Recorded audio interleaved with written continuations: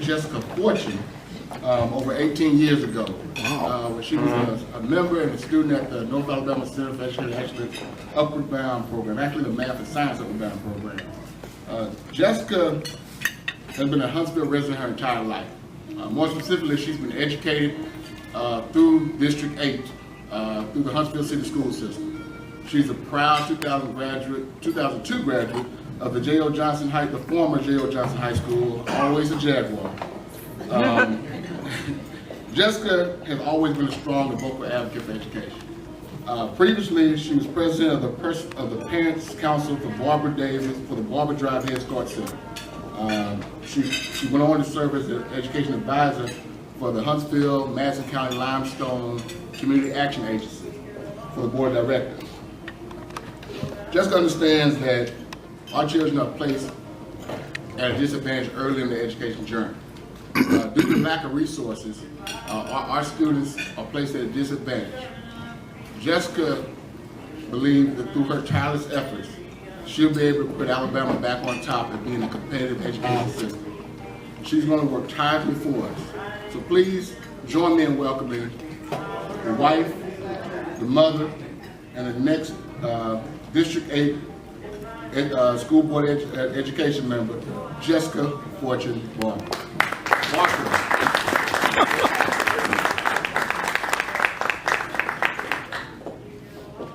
Yes, I knew who is now attorney Jason Jones back when he was just Counselor Jones to me, and he knew me before I was Barker, so before I was married. So yes, we have a long history. Congratulations on your endeavor as an attorney. I am so honored to be here today. I must first thank Mr. Daniels and Representative Anthony Daniels for allowing me to have this platform to address you all today. As I have traveled the campaign trail, I have encountered people from all walks of lives. I have sat down with wealthy business owners, with working middle class visionaries, with underprivileged hopefuls. I have sat down with whites, blacks, Hispanics, and Asians. I have held babies, and I've even sat on the porch with elderly. And one thing is a common thread in all of that. We all are concerned about the future of our children and the education in which we are providing them. With the economic collapse in 2008, education has started seeing its woes. We have gone from diverting public funds into private and for-profit institutions. We have seen reductions in funding. We have seen an exponential increase in educators' health and retirement costs, all while they are not getting raises that they deserve to keep up with the rates of inflation. Teachers' salaries are far inconsistent with the rising cost of college tuition. So what that causes are people that are no longer interested in pursuing education as a career because they understand that once they graduate from college, they then have a salary made bill that is way more than what their annual salary even is as an educator. And so we are stopping the life of our education system before it even starts. And that is a problem. Our children deserve far better. The National Association of Colleges and Employers say that teachers have an average national starting salary of $30,377. Computer programmers start at $43,000. Accountants start at $44,000. Nurses start at $45,000. So if by a round of applause, if there is an educator or a teacher throughout your life that has impacted you in a positive manner or taught you something, let me hear you clap. So as you see, that's pretty much everyone in this room has been impacted by a teacher. Yet teachers are the lowest paid profession coming out of schools, and that is a problem. As Adam Keller, who is the president of UNISERV for Huntsville Area Educators Association, often quotes, and when we sit down, he always reminds me, our teachers' working conditions are our children's learning conditions. And until we improve our teachers' conditions, and until we hear their cries for better pay, until we hear their cries that they need more support in the classrooms, that they need to be able to teach within their scope of certification in their classrooms, until we can provide our teachers with everything that they need in the classrooms, our children are going to continue to suffer. And I don't know about you, but I have 4 kids. 3 of them are currently in the schools, and 1 is a 10-month-old baby, so he is yet to start school. So for me, it's a vested interest in making sure that education becomes equitable and that we provide the best quality of education possible in the state of Alabama. 50% of new teachers leave the profession within 5 years of teaching. So that means that not only are we not attracting good teachers, but we're not retaining our good teachers. That's right. And without, we're now uninterested in education, and they become truant children, where the street trying to fend for themselves and figure out a way in life. So education is so important because not only does it educate our communities, but it also cuts down on the crime rates in our communities. So it's a win-win for all when we make sure our children continue school from kindergarten all the way through 12th grade, and then they graduate and go on to choose either a career or a college path. And with that being said, if you all know me, I'm always talking. I'm trying not to talk my normal speech that I know some of you have heard over and over again, but I'm very passionate about making sure we go back to offering a holistic curriculum in the classrooms. We focus on STEM and the STEAM initiative, which is amazing because this is North Alabama. We are the Rocket City in Huntsville, so that is an industry that is booming for us. However, not every child is going to graduate to become an astrophysicist or an engineer. So we have to get back to offering something that will engage our children where they are and keep them interested and focused, where they can go on and obtain a career. So like HVAC, they can graduate and make $80,000 annually. That's a lot of money. So compared to our teachers who are at $30,000, and you can go to a 2-year community college and get an HVAC degree and come out making $80,000. So we have to make sure that we are inspiring our children to really engage in what they're interested in, where they can graduate and go on to pursue and become productive citizens in our community. The needs of our students are also changing drastically from several decades ago. Right now, our students are at home and in society facing challenges that we never would have pictured having to deal with as children. They're dealing with the opioid crisis that is in our community. We have children coming up missing left and right due to human trafficking. We also have children that are dealing with traumatic abuses, both sexual, emotionally, and mentally. We also have children that are dealing with poverty.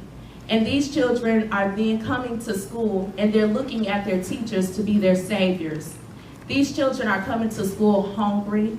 They're coming to school not knowing when or where they're going to get their next meal from. And it is very important that we empower our educators by supplying more support in the classrooms for our educators, where they are not having to necessarily deal with the social issues that are going on with the children. If we place more social workers, more counselors, and more support staff in the school, our teachers will then be empowered to teach more instructional time in their classrooms. And oftentimes in the community, people ask me, can we put more social workers in the classroom? Can I make sure that we hire a whole lot more support staff? And my background is in finance. So I know that we don't necessarily have the money in the budget. So I have been actively working with a lot of nonprofits in the community, because my solution to that would be if we go back to putting these nonprofit organizations back into the classrooms and into our schools, we are saving on money because these nonprofit organizations already have the certified social workers, they already have the trained staff, they've already been vetted through the government to provide these services to our children. So let's go ahead and allow them back into the schools to provide these social services, these counseling services, and be the support for our teachers that they need. And at the same time, they're state funded already. So the education system is not necessarily having to pay full price to hire that staff, because they are now provided through the nonprofit organization within the school. So that is one of the solutions that I'm going to fight to make sure we do, is we rebuild the communication and the trust between nonprofit organizations in the community and our schools. So that is just a little bit about what I am wanting and willing to do to make sure that education becomes great and amazing for all of the children in the state of Alabama. With that, I am going to go ahead and close. And I'm gonna turn it over to you all, because I'm looking at some faces like you have a ton of questions. And for me, that's the engaging part. I can talk at you and to you all day, but I actually like engaging with the community. So if it's okay with you, Mr. Daniels, may I open it up to Absolutely. questions? Okay. Whoa. Now, look, I should have created a rule. No questions from other candidates, because our questions are going to be a little bit different. No, go ahead, Ms. Barnes. Well, no, I told him he could go. Okay, Yes. all right. I did bring you here.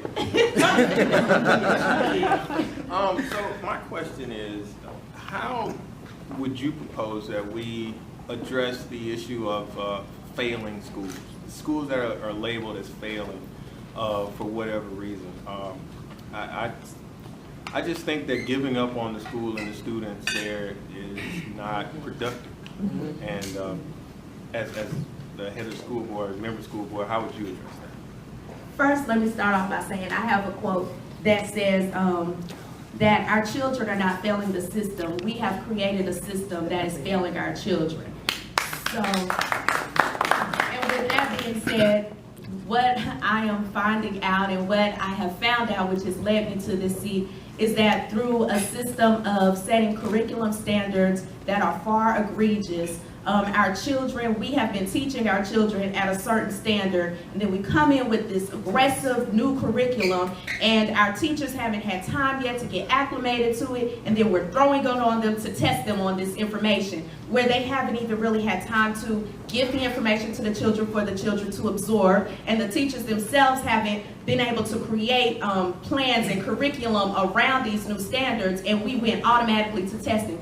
So, Common Core, when it comes to Common Core, and I'm gonna start there, where it comes to Common Core, a lot of parents in the community, and I'm sure not this room because you are all politically savvy and you are well versed on different political issues, but they think that Common Core is a curriculum, and it's not a curriculum. Common Core is actually a federally created set of standards, and then they turned it over to each state to actually implement.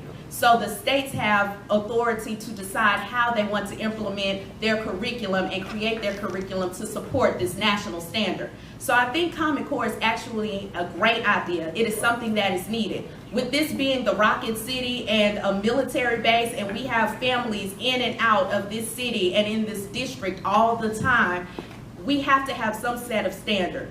If a child moves to Virginia in the first grade, they should be able to pick up at that school in first grade in Virginia without either being behind or being far advanced. So we have to have a common set of standards, I think, nationally. So I think that's a great idea. I think Alabama failed on how we implemented the curriculum to support the Common Core standard. So when I get down there to Montgomery, and I've already been in contact with Ms. Ella Bell and Ms. McCarty down there on the state board, when I get down there, I want to make sure that we look at the curriculum that we're offering our children, and we look at the standards. They've already changed the testing from Aspire and gone to Scantron this school year. So we just need to make sure that what we're testing our children on actually correlates with what we're teaching our children, and that that in turn correlates with the Common Core standard nationally. Okay. Yes, ma'am. You were next, and then I'm coming to you. Number one, you know I love you. I'm very proud of you. You know me, And I'm matter of fact, I'm taking some of my campaign strategies from you as a millennial. I'm like, oh, why didn't I think of that? But anyway, as you know my story, as a child of childhood sexual abuse from my stepfather, the teachers then truly loved their job, because it was my teachers that my grandmother could talk to, and they knew how to deal with the issues that I had going through school. And I think we're missing that, and we're in a different era. So I agree with you that we do need more counselors and social workers, because a lot of these kids today are worse off than we were in my generation. But I want to know your stance on the Accountability Act. I've recently found out that Betsy DeVos and some of her millionaires have had over the years a hand in the school board races. They've put money into this state. Everybody wants this state, okay? What would you do as a school board member to help pull away from that and to have that transparency with whatever school board members that are there, and then let the community know, because the Accountability Act, in my opinion, I don't support it. Yes. So with the Accountability Act, I think that we have to make sure that the funds that are set aside for public education in the Education Trust Fund have to be allocated and used for public education. The diversion that we're seeing, which the last report I read was $9.2 million annually, is leaking out of the Education Trust Fund to go and support children that are going to private and for-profit institutions. There is a lot of hum that under Betsy DeVos' administration, they are trying to use Alabama as a breeding ground to see if charter schools would work and do away with public education. So right now, with my seat, there is a battle that is brewing. First of all, there's talk that they want to eliminate the State Board of Education, which is the seat that I'm running for. In eliminating the State Board of Education, you're eliminating oversight. And then when you implement charter schools, they, of course, don't have oversight by State Board of Education, so you're opening that pathway. So there has been talk about that, and I'm a very transparent person, and that's why I'm sharing this. I have gotten calls from DC, I have gotten calls from New York in regards to that specific situation that you're talking about.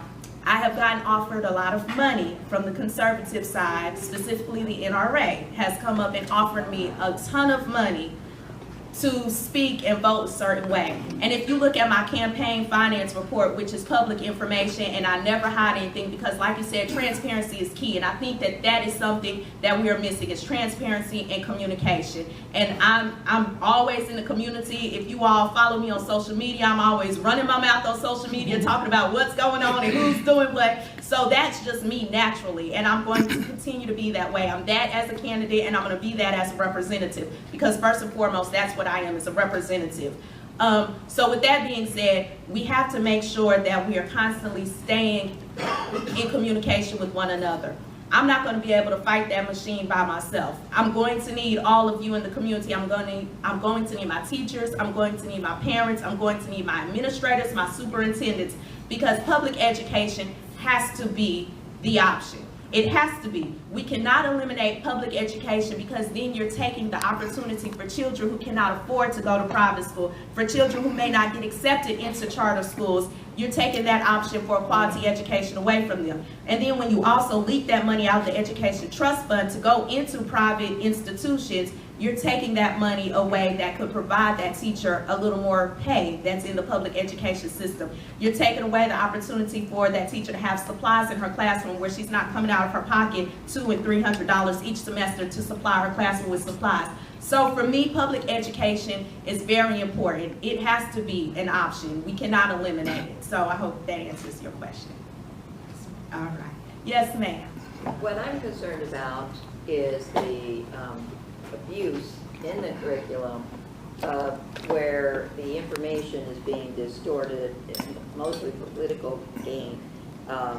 One of the things that's going on is using the standard from Texas, for example, where they had left information out, sometimes very important information. And I forget the name of the company that I think the high school schools is using, that also has a distorted view of history of the world, of information. So I'm concerned about the kind of curriculum that is being used, and the political side, politicalizing of that curriculum, and being able to get that straightened out and corrected, because we can't have, I mean, I think one of the things that's being left out is some of the story of slavery, for example. Yes. And so that's a serious issue, I think, that needs to be addressed. Yes. And I absolutely agree with you, and that is an issue. And if you all are hearing a common trend, the problem is curriculum. If you're hearing in every situation that we're talking about, it goes back to curriculum, which is what we're actually offering our children and teaching our children in the classrooms. So once again, we do have to go back to revisiting the curriculum, and it has become political, because at the end of the day, for them, it's all about money. So whatever organization or entity can offer the most money, then that's how, the curriculum, that's how they're going to change their textbooks. So we have to make sure that, first of all, the parents at home are teaching our children the truth. So that when our children do go into the schools and they receive erroneous information, they're able to recognize it and realize it. So I think that part of that starts with educating our own children at the home before we even release them into the schools. But that's going to be a big issue, but once again, that is one that I want to tackle first, is the curriculum. To make sure that the curriculum we're offering our children is honest, it is a fair curriculum, it offers both sides of the story, and that it is one that is in line with the standards that we need it to be with. Yes, ma'am. Also, what I'm also concerned about is the lack of emphasis on the humanities. To have, like we talked about STEM, all this Yes. emphasis on STEM or STEAM or whatever it is, the current, acronym. But the importance of humanities need to be encouraged more. Art, music, creative writing, Yes. those sorts of things Yes. need to be more emphasized. We're sending out people who have no sense of Life skills. compassion, Yes. what's going on, with the human condition. Yes. We don't want, people to go out there and not be aware of what it means to, as much as possible, to be a human being living in this Yes. world, which is not obviously always perfect. And so we need to also place a larger emphasis on the humanities. And I agree with that. And that ties into making sure we're offering a holistic curriculum that actually is educating our children in all aspects of their life, socially, mentally, emotionally, physically, and then the type of curriculum we're offering where we're focusing on career, on career and vocational courses, technical courses, humanities, like you stated. My children, personally, my children are at AAA, which is a school that focuses on the arts and theater and humanity. So that's something that's very important and passionate to me personally as well. Yes, ma'am. Yes. My question is about critical thinking Yes. and how those skills can be more important today than they were even when I was growing up with a lot of Yes. technology. Yes. We would see bots in chat rooms or on our social media platforms, and then I would know what to look for, but my peers maybe who were less tech savvy Yes. did not know, and this has perhaps led to a lot of fake news Yes. that people are not critical about. Yes. Right. And I believe that we should be teaching Yes. defense against the dark arts, so Yes. to speak, of manipulation in the media. Yes, and with critical thinking skills, I think, and like you're alluding to, when we have focused so much on tech and we've taken being able to actually write on right. pen and paper That's right. and opening an APA or That's an right. MLA manual and write a research paper right. based on APA standards, That's right. we're taking away that critical thinking aspect. I know with my own children, when they have a project due, they go straight to Google and they just type in the search engine. And so I'll ask them, well, what does it mean, for the sun to rise and the moon, and I start asking them questions and they just go right back to Google and they type in exactly what I asked them, so we have to make sure that how we're offering the information to our children is well-versed as well. And then children also, there are 3 types of learning in the classroom, or 3 types of learning, period. It's kinetic, auditory, and visionary. So we have to make sure, visual. We have to make sure that we are offering our children a way of learning that increases their critical thinking skills, but also is conducive to their form of learning as well. Because I think that when we just have those computers, that is taking away so much from how they're learning and how they're retaining the information. And if a child is not retaining the information, then there's no way they can regurgitate it on a test and pass a test, which lends to now we're failing our children. So, yes, ma'am, again.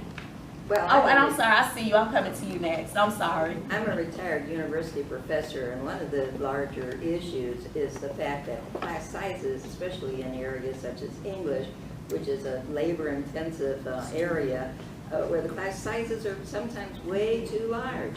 And you cannot, and teaching critical thinking skills was an important element of what my job was. And you cannot teach critical thinking skills at least as well as you should if you've got a class of 40 or 45 Right, students. right. You know, so we have to lower these class sizes, Yes. especially in some of the different classes. I mean, you can give the standard, multiple choice questions or something in science or something, but you can't do it, if you want to do the job right, you can't do it in English. Yes, So well, if you you have to take work on class those, sizes. if you take those large class sizes and then add into that, you probably have a percentage of those students who are behaviorally challenged. You're really taking away even more time that the teacher can actually, or the instructor can actually focus on instructional methods. So I think that goes back into, for one, better pay for our teachers, where teachers are attracted, where we have more teachers in the schools, where we can break up those class sizes. And then it also goes back to the support staff that I was speaking of. If we put more resources and support staff in the schools, even at post-secondary institutions for our educators, we are alleviating that burden of them having to focus on those social or behavior issues in the classroom, where that social worker can come into the classroom and that teacher can send that child to the counselor's office and let them deal with whatever that social issue may be that's causing that child to act out, where the teacher can go on teaching the rest of the 40-something kids in the class. We also have to put in place administrators who are more concerned about the quality of the education that the child is getting, whether it's grade school, middle school, high school, or college, than they are about the dollar sign. Because that's the problem.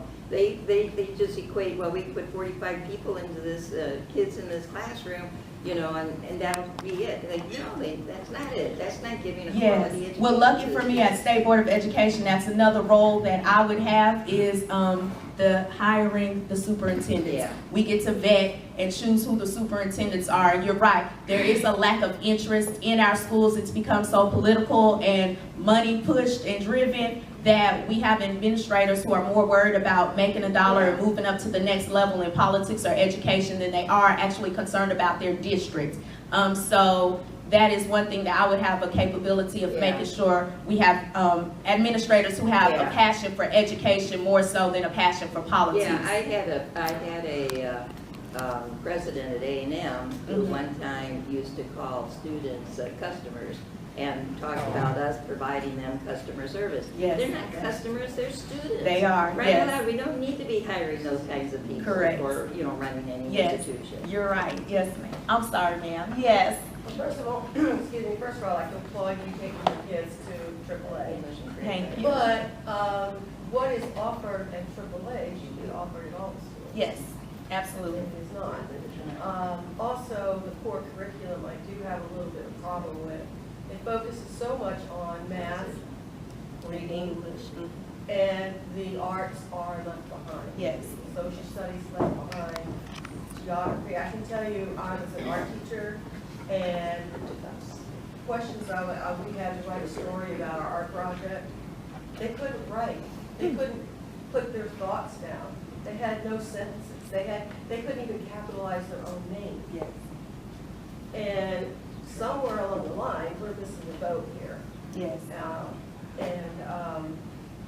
I just feel that the creative arts aren't really looked upon as valuable. I know as a teacher, I constantly fought with my peers and my community, the importance of it. Yes. I went on, I got my national boards, and it just was very frustrating.